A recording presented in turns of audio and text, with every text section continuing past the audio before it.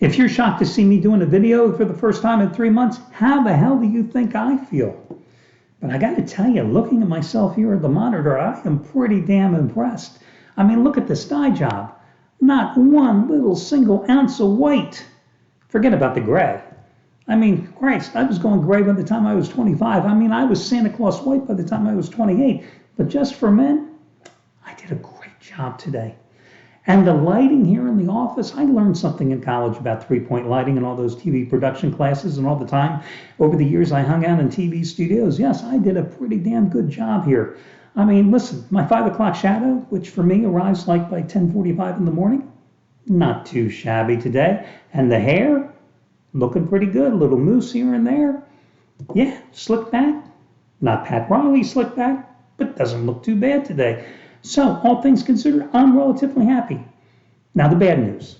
You got to put up with my voice. For those of you that may remember when I used to do videos, I had a much better voice. But unfortunately, I'm loaded up on steroids from this point forward as I try to keep me healthy, as I try to keep me alive, and as I try to breathe.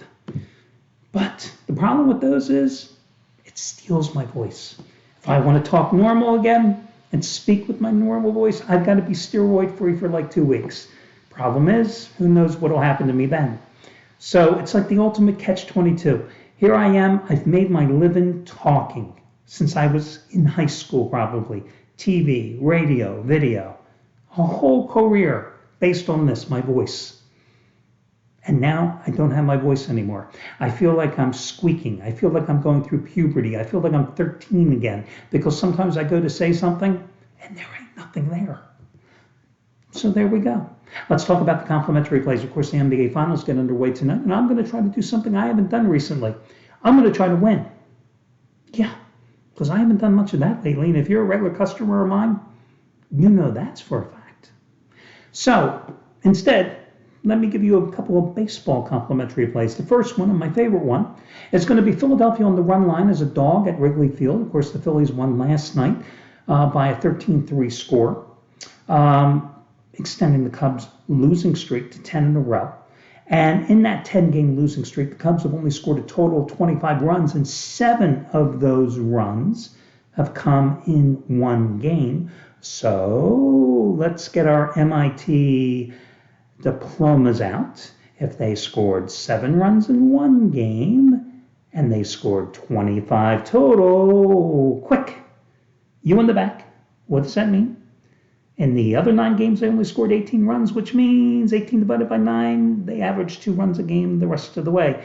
Not too impressive. And tonight, they're going with Jake Arrieta, who was an absolute bust when the Phillies expended the big bucks to sign him 4 years ago to be the anchor of their staff, and he was an anchor all right.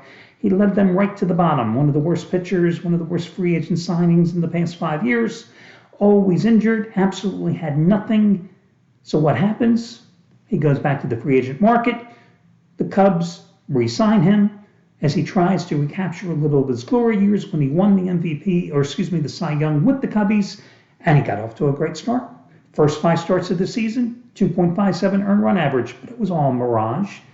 In June, he had an 8.31 ERA. In his last 11 starts, his ERA is 7.46. He may not even have a job with the Cubs much longer. In his last start last week against Milwaukee, they staked him to a 7-run first inning lead. He got 5 outs. 5 outs before exiting.